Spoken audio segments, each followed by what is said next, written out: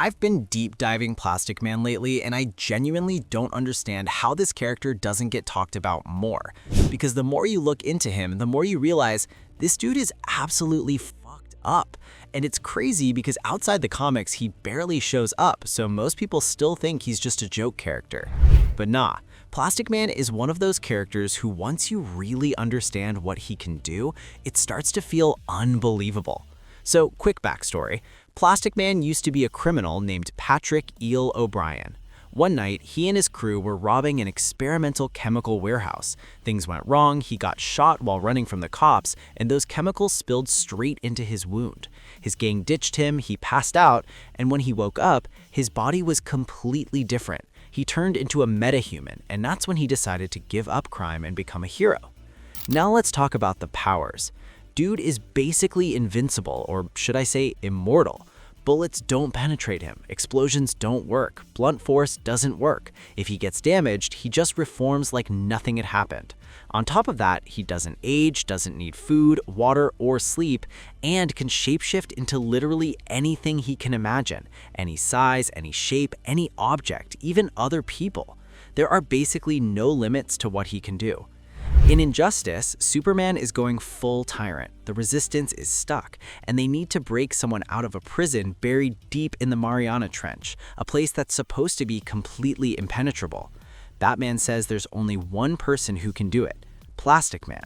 So they drop him into the ocean and he just goes in, no stress. Cyborg tells him the door can't be opened by anyone except him. Plastic Man opens it anyway. He frees Mr. Terrific, tanks gunfire, shields everyone, and walks out like it was nothing. And then there's Amazo. This thing is beating down the Justice League, and Plastic Man doesn't try to overpower him. He wraps him up, absorbs the attacks, gets inside, and ends the fight from within. That's not brute force, that's intelligence mixed with ridiculous abilities.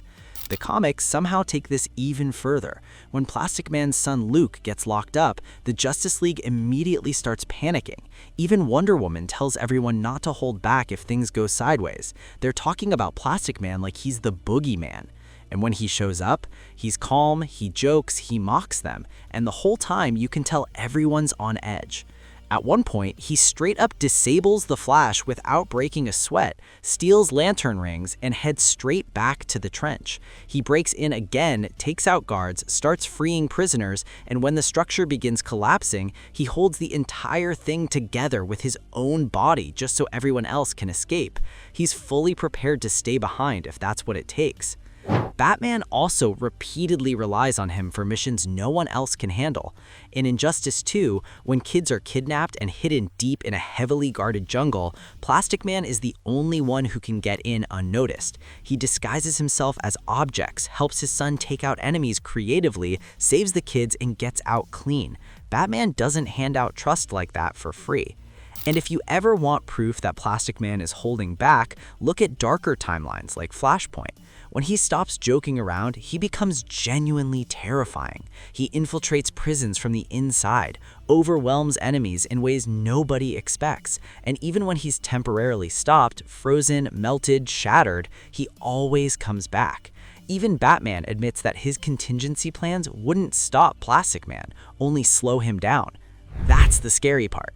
Plastic Man isn't weak. He's not a joke. He's choosing to be funny.